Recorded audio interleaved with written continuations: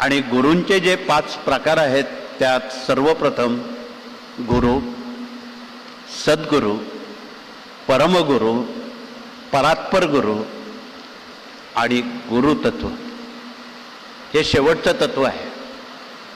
आणि ते तत्व भगवान दत्तात्रेय म्हणजेच स्वामी महाराजांनी या जीवसृष्टीचं ते स्वीकारलेलं आहे. न कळत आपण खूप मोठ्या शक्तीजवळ सेवेनं आपण पोचलेला आहे. जन्मजन्मांतरीचे शाप ताप दैन्य दुःख उपद्रव पूर्वजन्म प्रारब्ध सुकृत क्रियामान ऋण वैर हत्या शाप तळतळा या सर्व गोष्टींचा विनाश करून शतजन्माचं आपण पुण्य घेऊन स्वामींच्या चरणाजवळ आपण आलेलो आहोत. ही परमभाग्याची बाब.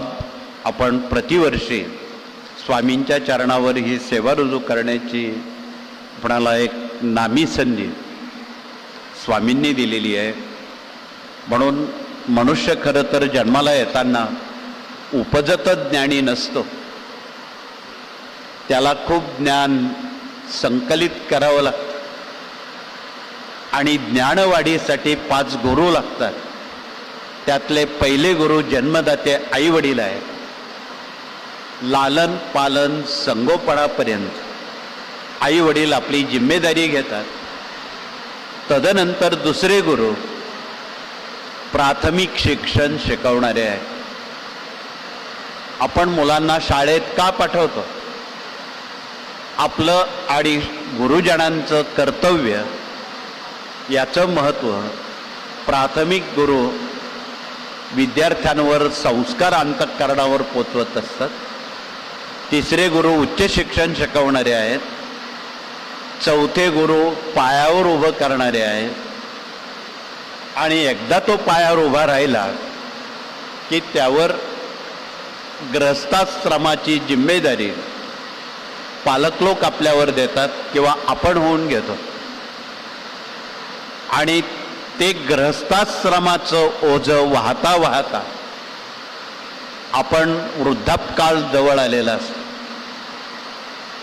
वृद्धापकाळानंतर आपलं पुढील नियोजन श्रावण बाळाप्रमाणे पुंडलिकाप्रमाणे पुढील पिढ्यांनी करावं म्हणून आपण मनशांतीच्या शोधात असतो.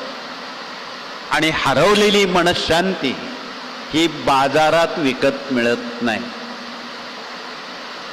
देव काही बाजारातला भाजीपाला नाही आणि मनशांती तर बाजारात मिळत नाही. ती शोधण्यासाठी अध्यात्माची नितांत गरज आहे. म्हणून अध्यात्मातून योग्य मार्गदर्शन करणारे 5वे गुरु आपणाला जर लाभले तर आपण मनशांतीपर्यंत पोचून अध्यात्म हे पुढील पिढ्यांपर्यंत पोचू शकतो.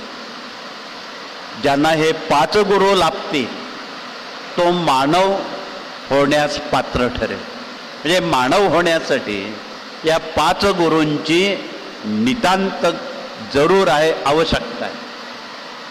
ज्यांना जर हे 5 गुरूंपैकी गुरु मिळाले नाही